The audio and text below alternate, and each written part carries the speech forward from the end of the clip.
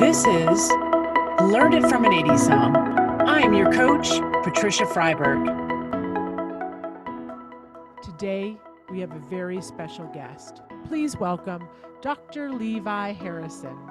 Dr. Levi is a renowned orthopedic surgeon based in Los Angeles. He extends care to a diverse population of patients, including high-profile celebrities, musicians, elite athletes, gamers, as well as our true heroes, the veterans. He is an author and a motivational speaker. Dr. Levi has been featured on Dr. Oz, Keeping Up with the Kardashians, CNN, and many morning news outlets.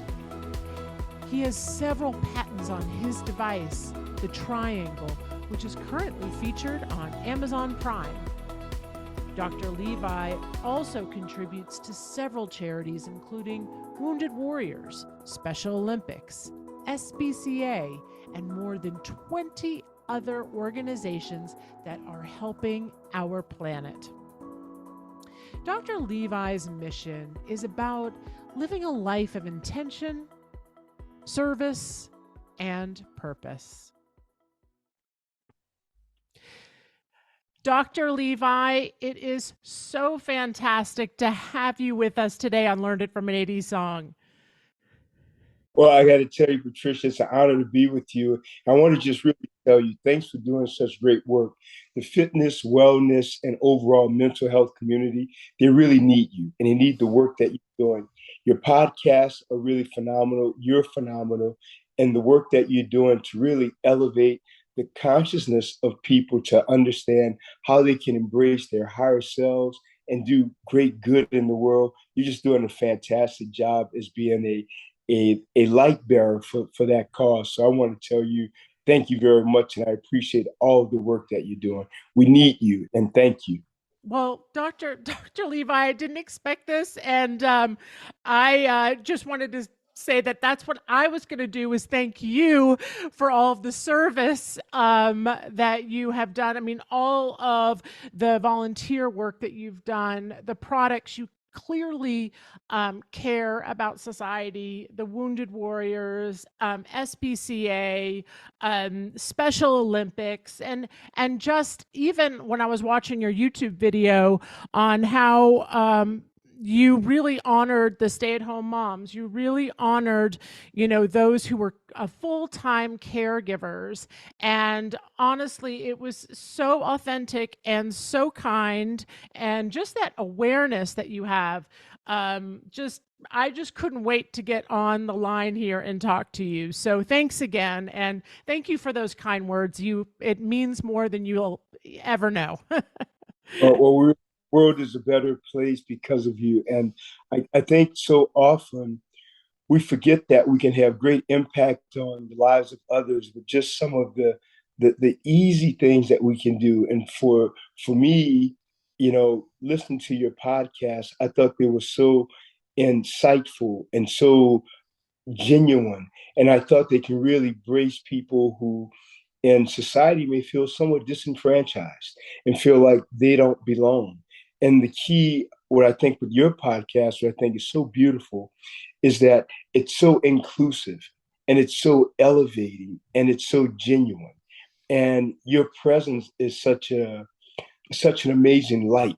So I just want to say thank you for really doing the work. And it takes involvement like yours to make the world a better place, not simply in that microverse where we live, but in the macroverse. Because your one good thing is like a domino effect, and it just, makes people want to do even better things for other people. So your podcast is really a site I call a healing site. It's a secret site. So I really appreciate what you're doing. And as I said earlier, and I believe it, and I stated it, you make the world a better place, Patricia Freiberg. You really do. Well, thank you very much. And I'm a crier, so I'm not going to get emotional on the podcast. But thank you for your sweet, not right now at least. But thank you so much, though. That's so nice. And I really do appreciate it. And it is a labor of love.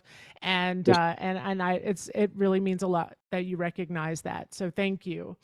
Of course. Um, with now, this is the part of the show because I can't wait to get to the song to unpack this. Yes. And I know, audience, so just get ready for it, okay? So this is the part of the show where we have the big reveal as to what song Dr. Levi is going to be bringing into us today for Learn It from an 80s Song. So without further ado, can I get a drum roll, please? Dr. Levi, what is the song that best resonates with the story you're going to share with us today? I would say it would be Don't Worry, Be Happy by Bobby McFerrin. It's a song from the late 80s, 1988, I believe. And it's a song that really I always think of it as a great encapsulator for my life. Um, I I just embrace that song because I think it reminds us that no matter what is going on, the sun will always shine the next day. No matter what we've done, be it a mistake or something hurtful that someone said to us or something hurtful we said to someone else. I think that song reminds us that there's always room for forgiveness. There's always room for self-compassion. There's always room for love. And love, I think we overuse that word sometime to just be so inclusive. But I think other words like self compassion should really be embraced, so that we know that whatever's going on, just forgive yourself, do better, and move forward. I was just talking yesterday about coming on the show with one of my patients. And I was telling her, I said, well, look forward to listening to the show after we do it. And she's going through struggles right now with weight loss. Mm. And I explained to her, I said, I said, I'll use a different name for her. Let's say her name is Jennifer. I said, well, Jennifer, I said, it's really important that you love the journey. I said, it's really important that you love your body just the way you are, because you are enough the way you are. And I reminded her to not do this for her husband, not do this for her children, but to do it for herself on her timeline. And that Mm. fitness and weight loss, it's like a marathon. You don't just get there tomorrow. We're all in this, what I call epic battle to be fit and to be healthy. However, I want us to maybe not think of it as an epic battle. Just think of it as a slow walk through the garden of life, whereby Mm. we're doing making small, sustainable steps every day to be healthy, so that we eat less sugar, less white flour, less white rice, less white bread, increase the number of vegetables that we eat every day, to make sure we get our steps in every day, to do some form of exercise every day. Um, but most importantly, to not feel badly as we're going through the process. To not say I'm gonna love my body when I'm a size 3. What about loving your body at a size 30, a size 25, a size 16, a size 18? No matter where you are on the journey, as I told Jennifer yesterday, just enjoy the process, love yourself, apologize to no one, and do your best to make these small sustainable steps, and be happy along the way. And when I said that, she said, be happy? I said, absolutely. I said, one of my favorite songs is Bobby McFerrin's Don't Worry, Be Happy. And she started laughing. And I Yeah. was so had that impact on her of reminding her who she is, that she is enough, and that weight loss is a journey. Does that make sense? Oh my goodness. I mean, it is profound that you're sharing that with your patients and that you bring in the music as a metaphor, which makes, for lack of better words or pun intended, but it makes everything a little more digestible. You know what I'm saying? And I think those small, like you had said, the small steps and loving the journey along the way.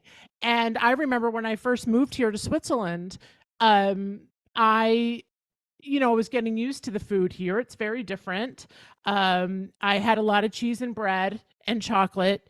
and because it's very readily available here. Okay, I mean, I'm here in Switzerland, Yeah. and I went to the doctor and I was like, I'm a little concerned. I've put on a few kilograms, and I need to dial this back. I got to figure out what's going on here. And he said, Patricia, you need to relax a little bit because you just moved here, and enjoy the food. We're going to That, figure this out together, but in the process, it's like enjoy your body is getting used to a whole new place. And there's a lot of so there's also a lot of emotional part of transitioning to a new place.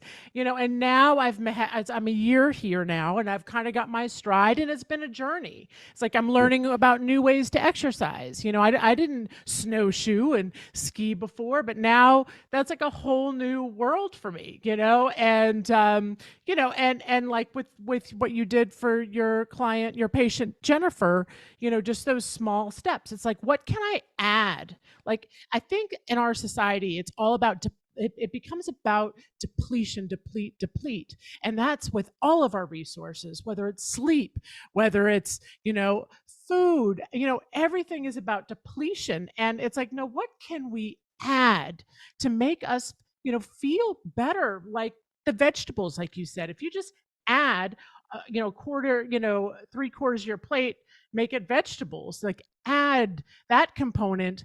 It makes us know that we're actually bringing something of health to our bodies. We are adding something, and it actually feels better for us. you're exactly right. I think so often we embrace this lifestyle of, you said it really elegantly, of subtraction, of what we can take away to be thinner, what we can take away to be more fit. But I think we want to embrace the more than side. So when it comes to me, for me, when it comes to exercise, fitness, and well-being, I remind people to, let's say, for example, if someone works out in the gym, they don't like working out in the gym, no problem. What about going for long walks? What about going for a hike? What about hiking with a weight vest on? What about hiking with weights in your hands? What about hiking with ankle weights on? There's so many things that we can do to add versus just subtracting away from our lives. Because I think often this, I call it the mysticism of subtraction, gives people this idea that if they do less of quote unquote the things that society say are bad, then they'll have more of the good thing that society says these are good. Well, I think we have to redefine what's good and what's not so good for our own lives and not live in the vacuum of societal norms. I think so often we do that, it limits our internal growth, it limits our physical and even spiritual growth to say that we can only do what society says. Well, I think by doing that, we take away from the diversity of life, we take away from the inclusivity of life, and we minimize the growth and the happiness of our own lives by Mm-hmm. so so those are my thoughts about that. Yeah, really, really nice. I mean, I could talk all day to you, Dr. Levi. Um, but I know you have a story that you are going to share with us today. And then you'll discuss how it resonates with the song. So this is so great. And I know our audience is dying to hear your story. Well, thank you very much, Patricia. Again, I want to tell you, thanks for having me on the show. It's a wonderful podcast you have, and I think the world needs to know about it because of the really uplifting impact that you have on people. So thank you for simply for being you. Thank you. That's part of blessing. So thank you. So I was thinking over the past several weeks which story I would share. And I went back and forth over many things that I wanted to express and share with you. So finally, I made a full circle back to something that happened to me when I was 8 years old. So on my birthday on March 19th, when I was eight, my mother gave me money to go to the bakery and to buy whatever I want. She gave me, I think it was like $20 bill. And she said, get whatever you want, Levi. So I was a pretty, not super overweight kid, but I was definitely heavy. I was a heavy kid. So I went to the store and I was on my new bike. It was a red bicycle, and I parked it right against the glass of the bakery. So I was talking to the person that was serving me, and I said, well, I want to get, two donuts. And I remember getting everything was two, two, two. I want to get two donuts. I want to get two muffins. I wanted to get two, and I just went on, until I was going to use all $20. So as I was doing that, the woman said, "Uh, little Levi, is that your bike?" And so I was talking to her, and I didn't look behind me. I said, "Yes, that's my new red bike." And she said, "Well, who's on it?" And I would never forget, Patricia. I turned around, and this guy was biking off with my bike. Oh, And he was about, maybe, had to be in his late 60s, early 70s. And I was so overweight, I could not catch him. I was out of breath after half a block. So I'll never forget. I I bought the things that I wanted, and I walked home. It was only 3 blocks away. I walked home, of course, crying, distraught, out of breath. And I get home to my mom, and I tell her, I say, well, uh, someone just stole my bike. And she said to me, "Oh, that's okay, baby. Here's some more money. Just go and buy some more pastries, and we're gonna just eat the bad thoughts away." And when she said that, I'll never forget. I looked at her and I said, "No, mama, mm-mm. I have to do better." And from that day, I'm 58 now. From that day and to now, I exercise every day because for some reason it was like a light bulb moment for me yeah. that that and I don't know, even today I look back and I think, why did that have such an impact on me? But it really did. That I would never be in that position where I could not run behind someone. And like I said, this gentleman was really elderly. He had to be late 60s, maybe mid to late 70s even. I mean, but I catch him. I never saw him again, and I never saw my bike again. But of course, I take me wherever I go. So my goal was to be fit, to be healthy, and not only that, but I was resigned from that day forward to do what I could do to make other people healthy. So, I wrote the book, The Art of Fitness, A Journey to Self Enhancement. I'm going to send you a copy of that also, Patricia. Yeah. Thank you. Of course. So I wrote that book with the thought that I could, by the grace of God, impact people to remind them that number one, yes, you are good enough right where you are. But number two, let's make these small, sustainable changes to get you even healthier so you can feel better and that you can live longer. And really, why do we want to live longer? Is really for one reason, that is to be of greater service. Life is really about, for me personally, about embracing our humanitarianism. And how do we do that? By really thinking constantly about what can I do to make someone else's life better? What can I do to elevate other people? What can I say to elevate other people? I'll share with you another quick thing my father would always say. And I recently heard this in a sermon by a pastor. And I thought, wow, my dad used to say that all the time. He would always say, Levi, whenever you're going to speak, son, remember three things. Before you say something, think number one, is it true? Number two, does it have to be said? And number three, is it uplifting? If it's not all of those, he'd always say, keep your mouth shut. And I believe that. And I think if we embrace our own humanity, it gives us an opportunity to love and embrace other people, no matter their race, their creed, their sex, their sexuality, their gender identity. That really means nothing. If they're another human being, then we should see ourselves in them and elevate them to elevate ourselves. Um, I hope that's clear. So clear. It's so clear in your message. It's so you live it. Just your being is being of service, and that truly is.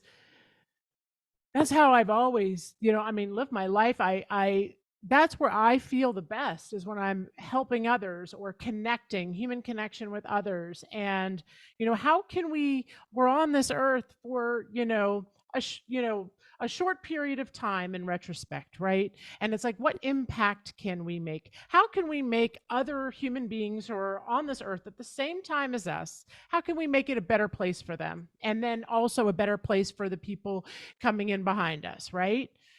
And it's probably how you ended up as a orthopedic surgeon, correct? Well, I have to tell you that that's a really funny story too. Um, right before my father passed away, he and I had this. We were talking. He was such a character, my dad, um, and we had this really tumultuous relationship when I was younger, because he just abandoned our family. One day I'll never forget. He just pulled up with the truck, he and his best friend, and just moved out and said that he had enough of being married with my mom. I was maybe 10, 10 or 11 years old, something like that. Mm. Um, and it was really traumatic for the whole family, of course, to have my dad, who I really adored and loved, just leave us, just abandon us. And for years, our relationship really needed a lot of healing. And we didn't really get that until his final days of life, which was okay, because I'd really already forgiven him, years ago. But I wanted him to know it, to hear it, to feel it, and to really own it. And he and I were talking about about me being a physician, and he said, we lost a video of you when you were 6 years old at your birthday party. And I kind of remember this a little bit, Patricia. And he said, we had a video of you at your birthday party. And for years, he would tell me the story so I can tell it verbatim. He said, so at my party at 6, he and my great grandfather were talking, and they asked me, Levi, what do you want to do when you're a big boy? And my dad said, I looked at him and I said, I'm going to be a doctor. And my great grandfather said, a doctor? You can't even spell doctor. And my dad said, yeah, Levi, what type of doctor are you going to be? And my dad says, I looked at him and I looked into the camera. I said, I want to be a hand surgeon. And that's Wow. what I am. Yes, pretty crazy. It is absolutely, absolutely. I mean, that's where you look at that's where you look at work as a calling. I've been doing a lot of research on this. Yes, I'm in academia right now, and yes, I've been doing a lot of research on work as a calling. And clearly, as just a young boy, you already knew what you were going to be doing. You were going to, and how many people you were going to be helping. From musicians to gamers to elite athletes. And God, your parents must be so incredibly proud of you. I think my mom is, and she and I, with all parents, we have our ups and downs with parents. With my dad making his transition several years ago, now it's just my mom and I and my Mm. sisters. Um, it's always interesting to talk about these old parts of our lives that still impact us today. And that story with my dad, I always think of that because he he loved talking about that, because he would always say, how did you know at 5 years old, of all the things, not just the doctor, but to say I'm going to be a hand surgeon? How did I know that at 5, 6 years old? And I don't know how I know I was aware of that. I don't know what made me even say that. I think at that age it's really about being a fireman, a police officer. I don't know how I knew that. To this day I don't know, but it's pretty. Well, I mean, Yeah, I mean, you have, looking at spirituality or what have you, you could really look at work as a calling, and from early on a message was sent somehow, that this is what Dr. Levi is going to be doing. Exactly. Exactly. I love helping people. I love being present in the lives of people who, one, need the help. Two, I feel by the grace of God, I have the capability and the training to help them in a legitimate, compassionate way. And three, that my goal is always when someone comes to the office that they leave elevated, that they leave either feeling better, thinking better, less anxiety, less stress, to really, have my office even as this really sort of mini Zen sanctuary or retreat where you come in and you just feel better when you just sit there in the office. I have some patients that tell you something also funny that will come to the office an hour before their appointment just to sit in the office because you can really feel the uh, I call it the just the grace of the universe there. It's such a calming place. And if you ever get to Los Angeles, you have to come to the office. It's a real it's a beautiful place, and I think it's a place to really to be of service to people. Absolutely. I definitely will check it out. We, still have our residence in California. So, I look forward to being able to, seeing your office and actually meet you in person when we're back in California. That would be fantastic. And maybe meet my dogs also if I they're w- really.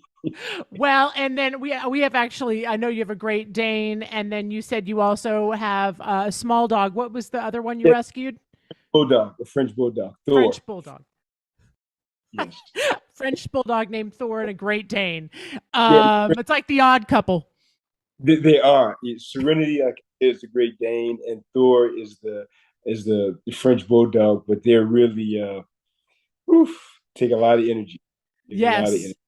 I bet. I bet. So I would love to talk about the VIA strengths with you because I can hear all of your strengths coming through just talking to you, and you have an amazing package of strengths. But before we do, I actually wanted to give everybody just a little bit of extra information about why we even talk about strengths. And I think this is important to know. Um, for instance, the VIA strengths is an assessment that you can take online.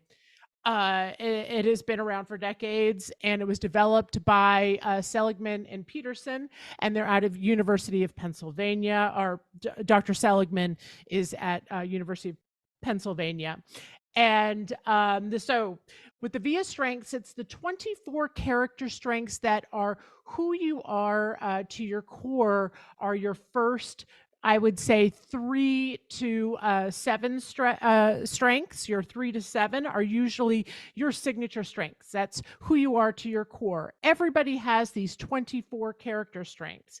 But why it's important to actually do this assessment, like why know our strengths? Well, I'm going to tell you that according to Dr. Nemec in his book, which I use as my Bible, it's so torn up, but it is called The Character Strengths Interventions by Dr. Nemec. Love the book, and I love to give credit where credit's due.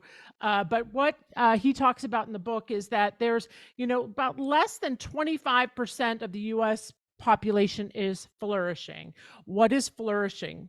Flourishing is made up of, according to Seligman, was made up of positive emotions, engagement, relationships, meaning, and achievement.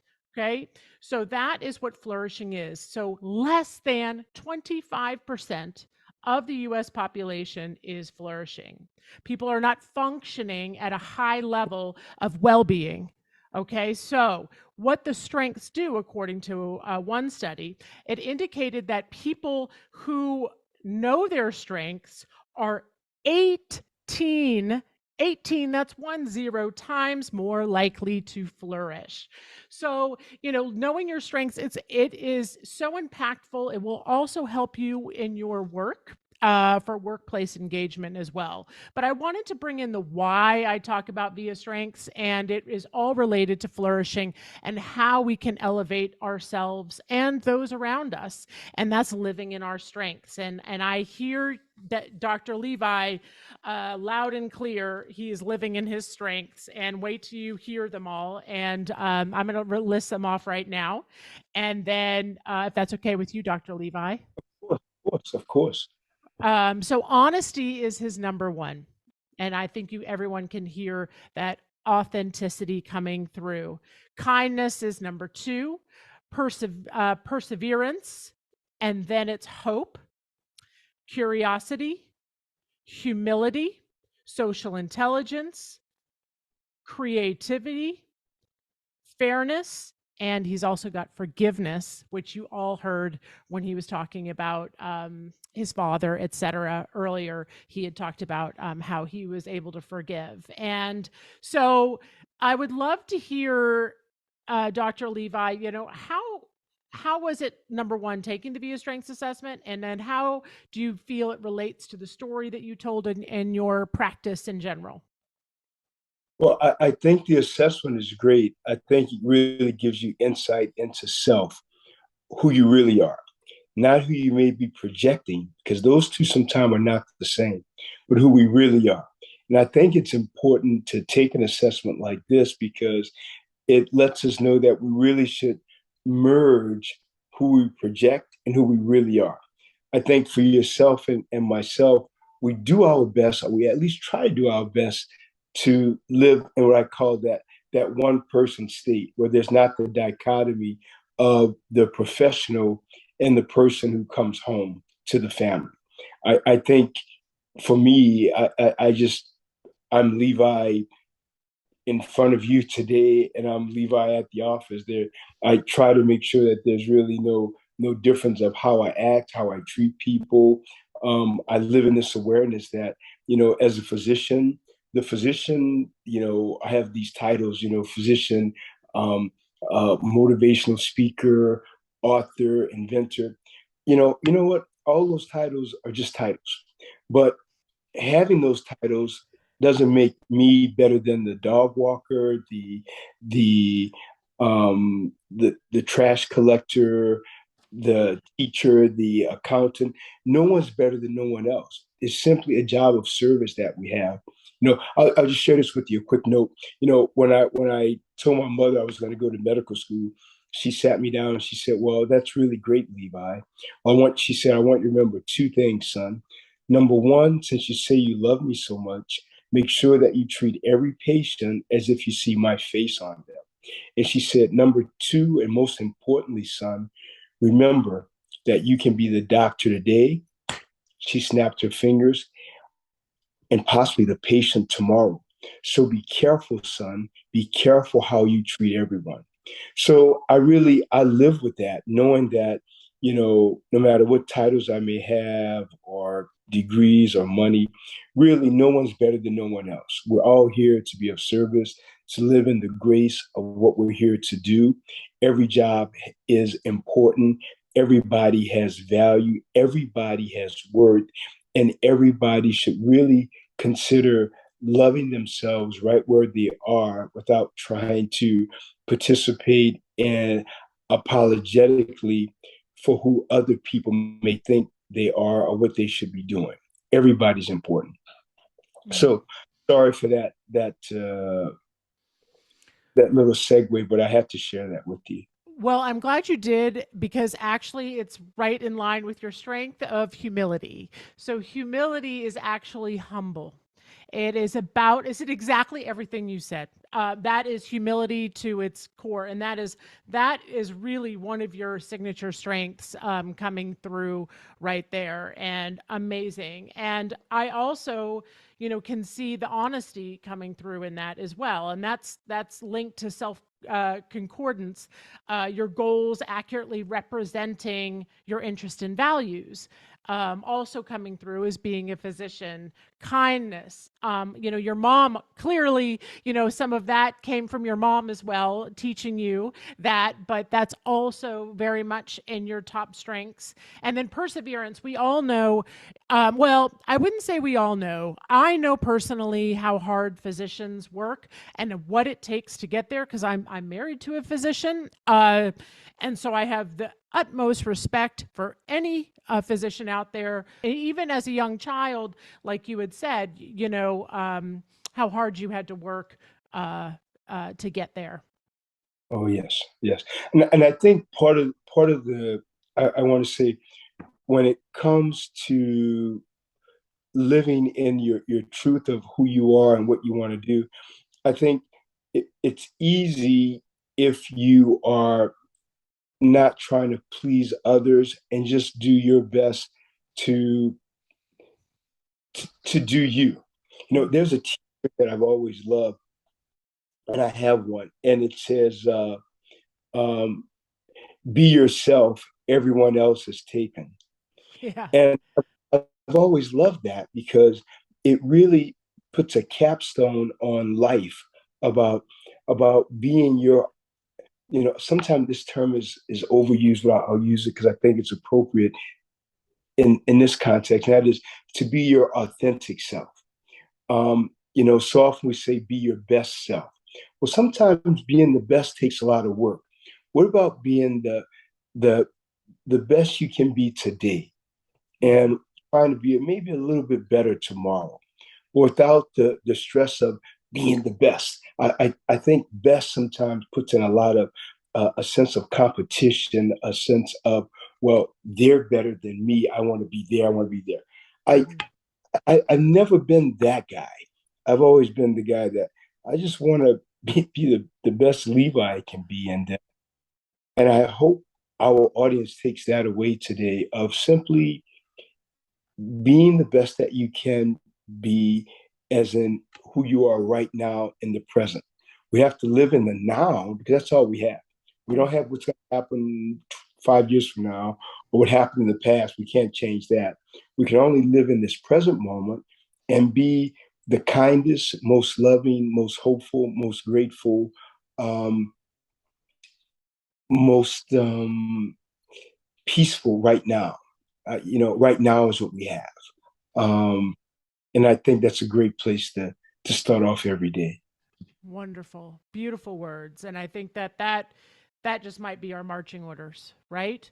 I And it's think just, yeah, I think we can all learn to just how can you show up and be the best, today? And you know what? We don't always have the optimal sleep. Our readiness may not be optimal that day. So it's like, you know what? I might not be perform like I did yesterday, but I'm going to do the best that I can with what I got today, right?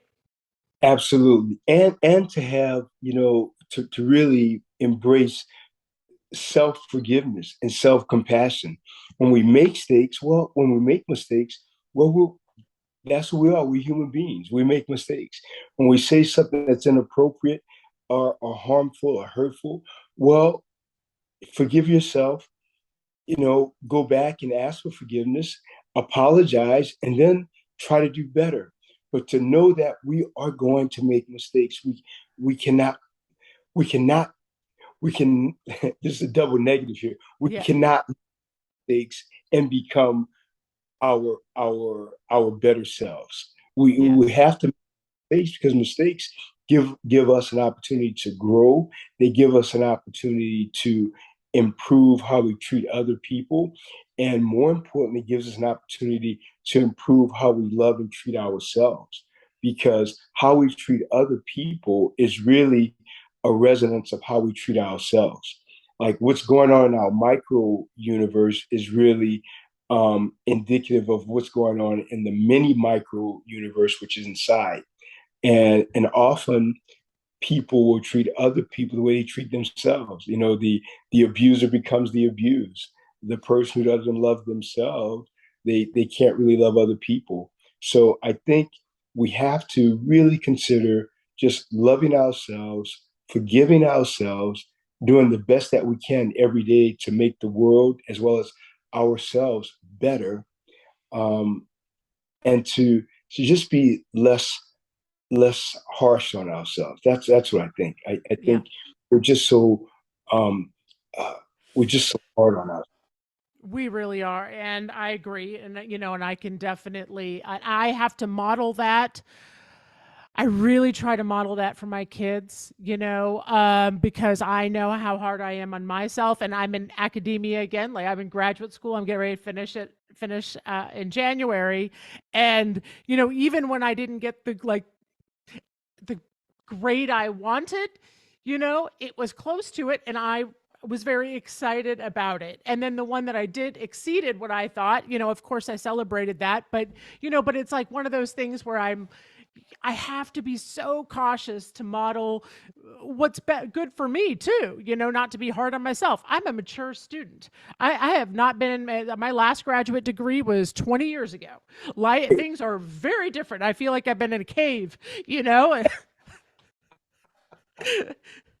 Yeah. I want to say So, on finishing the degree, and it takes such tenacity, determination, and self discipline to graduate from any program. And the one that you're involved in, I'm sure, is quite academically challenging. But I think it's wonderful that you said, "Hey, I want to do this," and then more importantly, you did the work to actually achieve it. It's one thing to say something, but it's another thing to actually do the work and then to see the manifestation of the work, which in your case would be the success of graduating with the degree. So I say bravo to you, and I think it's fantastic. So I hope you celebrate the journey as well as the degree. yes, thank you so much. No, I will. There'll be a lot of celebrating. Um, once I get through it. You're gonna, you're gonna make it. So I want to talk about curiosity, and I want to talk about your product, my triangle. Yes, And because I believe that you really, like, when I read about your product, it's amazing, and I want you to tell the audience about it and also how we can get a hold of it. But I also feel like your curiosity, um, coupled with your amazing knowledge, obviously, in science and the hands and all of that, coupled with your curiosity, is how this product came to fruition. Also, perseverance, because anytime you invent anything, you got to go through the materials, the color, the this, the that. There's so much behind it. But share a little bit about your journey, if you don't mind. sure, sure. Well, the product is called the Triangle, and the website is My Triangle, and Triangle is spelled Tryangle. So it's mytriangle.com. Um, and the device, it's really quite interesting. So, I've been working with gamers for quite a while, and elite athletes, and quite a few celebrities here in Los Angeles. And so many of them were having hand injuries that I saw were pretty intense. And I thought I have to come up with some device that people can use, they can travel with. That in my mind, I thought I'd like to invent something that, number one, would be effective and safe. Number two would be inexpensive. And number three, that people would really embrace and would use it, knowing that it would truly help them. And those are my thoughts. And then one day I literally I went to sleep, and I it was a dream. I dreamed about the triangle, just like it is. And I woke up, it was like 4 in the morning, and I sketched it out. And that was the birth of it. So often people will ask me, well, did you do this? Did you do that? Did you go through a group? I didn't. It was just a prayer of what can I come up with that would be helpful. And it came to me in a dream, and I woke up, I sketched it out, and that was it. It really wasn't like this real complex sitting down with a group of designers, anything like that. Just, God just gave me the idea, and I just wrote it down, and it's come to fruition. That was Yeah. Wow, that is such a cool story. So, Yeah, that's true, amazing. right? It was just like I'm that. gonna be a hand surgeon and I'm gonna invent this. Done. Right. Yeah, so it's I don't know. I look at my life as really uh this journey of I call it M&M, magic and manifestation. It really is that for me. It's my life is really magical, and I'm really uh so grateful and so blessed and really humble to to live the life I live and to live a life of service. That's the most important. It's just it's pretty phenomenal. I'm really grateful. Yeah, that's fantastic. Well, Dr. Levi, I just want to thank you again for being on the show, and and I'd love to have you on again if you would ever, be game to come back.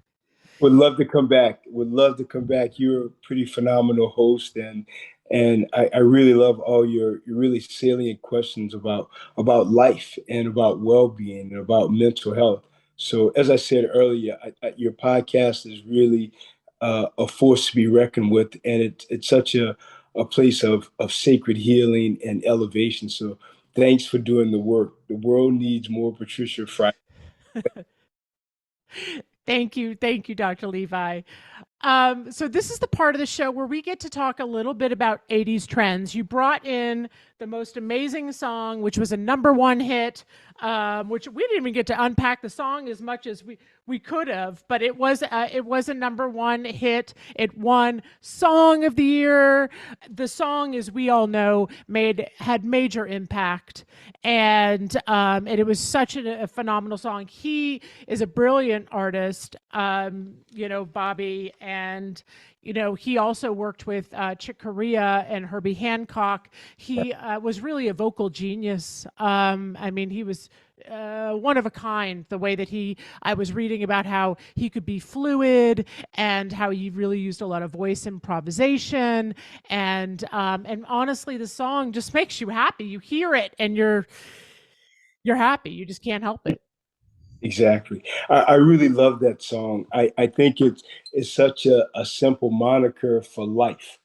Is really don't worry, be happy. I mean, what could be more simple than that?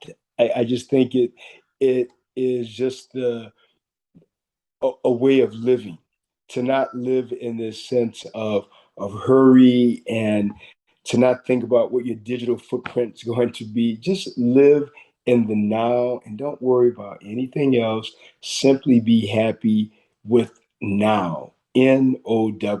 And I, I think that's just so important. Right now I just started writing the final part of another book entitled The Art of Gratitude. I love And it. well, thank you. And every day when I'm writing, I remind myself to not to hurry. The first book I wrote, The Art of Fitness, A Journey to Self Enhancement, I gave myself a goal. I said, you're going to have it done in 6 months. So I was done 6 months to the day. The book was done. But it was so much internal and external pressure I put on myself. And I said, for this one, if it takes me the whole year, if it takes me a year and a half, it's okay. I'm not going to worry about it. I'll just be happy about the process. So that song, Don't Worry, Be Happy, is always in the background of my mind because it really minimizes rush and the I have to achieve, I have to get, I have to go, I have to no, no, that I've closed the door on that journey. It's about being happy and really not worrying and definitely not rushing. Yes, just like, and to circle back to what you had talked about earlier with your patient Jennifer, just those small sustainable steps. I think we just go through life, and I think the pandemic, at least what it taught me, I was going through life and living way too fast, and I needed to slow way down Yeah. and reflect and shift gears. So I totally concur, and I can't wait for your book Art of Gratitude. And absolutely. Gratitude is, as we all know, and now there's so much science behind how important it is. And I love that you're writing it. And I will absolutely be reading that book. Oh, well, thank you. Thank you so much, Patricia. One other thing I was going to say about Jennifer and about weight loss is, our society in general puts so much stress on people about being thin, about being super fit. And I think the brunt of that pressure is really on women. So if one thing I'd like to leave our listeners with is to let all people know, but especially women, know to just simply love your bodies the way they are, and don't try to fit into a certain size because of what other people say or what other people are telling you. You're beautiful the way you are. You are a woman. You're phenomenal. You're amazing. You're this goddess on earth. So simply love all of you right now, and don't try to um, fit into this societal box of what is normal. There is no normal. Normal is loving you right where you are. Normal is your body is perfect the way it is. If you're a size 50 or a size triple zero, love you and love all of you. And don't feel apologetic, and don't feel like you owe anyone a reason of about why you are the way you are, about your size. That's not their business. Just live your best body and life as you feel works for you without thinking about other people. I think so often society puts so much pressure, Patricia, on women specifically, and they don't do that to men. Men can be affording, have a big beer belly, and people don't say anything about it.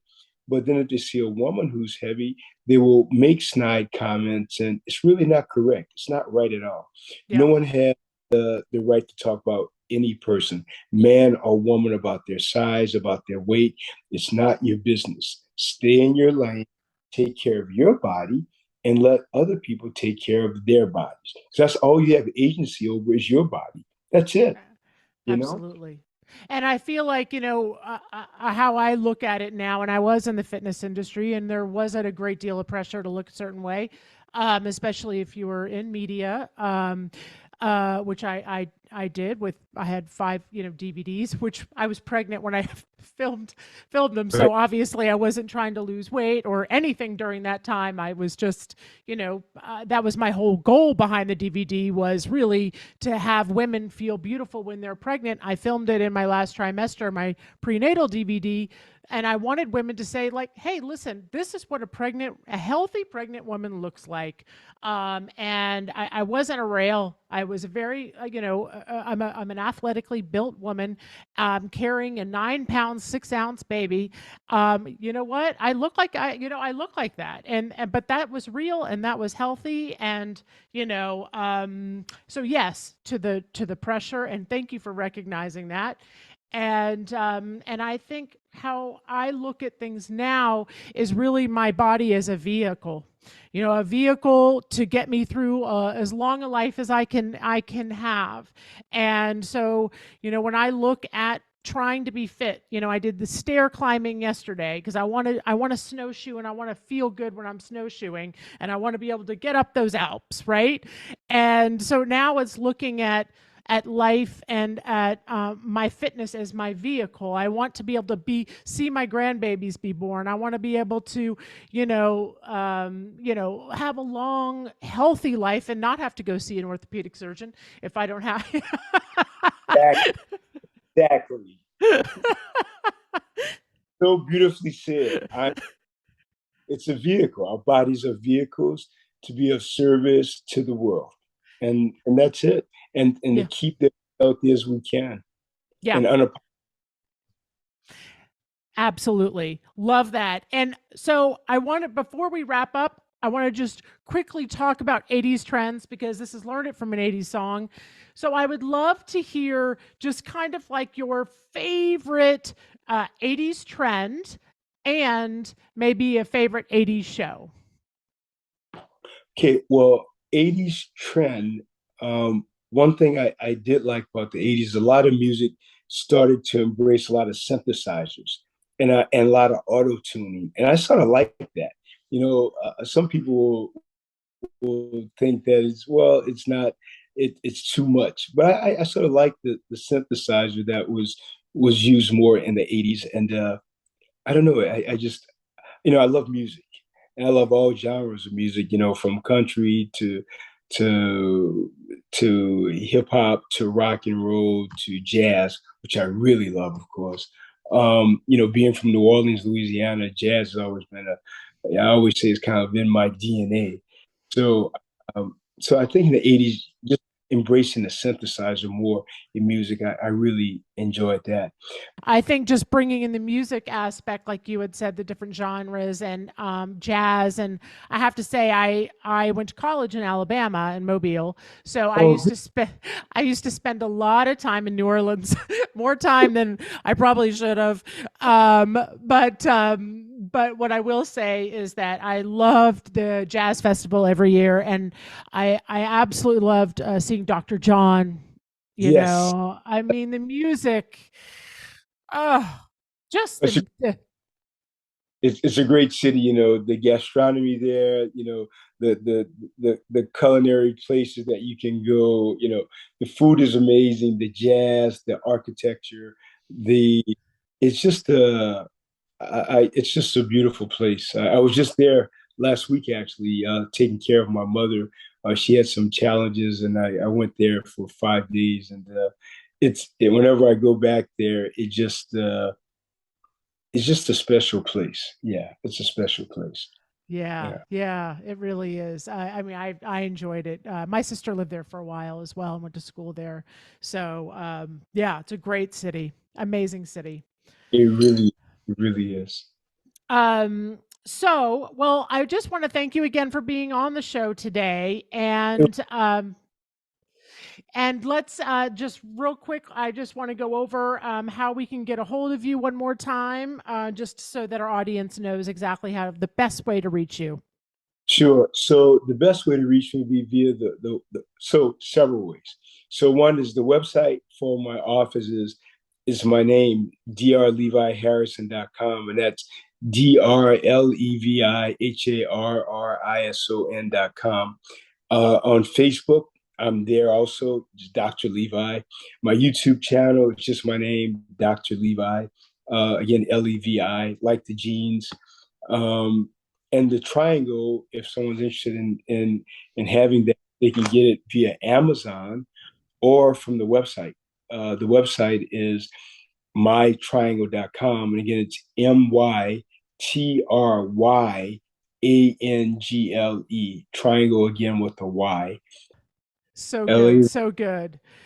Well, I want to say thank you again for being here. And guys, all, how to get a hold of Dr. Levi will be in the show notes. So until next time. I really want to thank you so much. You were just great, and your podcast will really continue to help a lot of people. So stay in the light and keep blessing us because we need you. Well, thank you. Thanks again, Dr. Levi.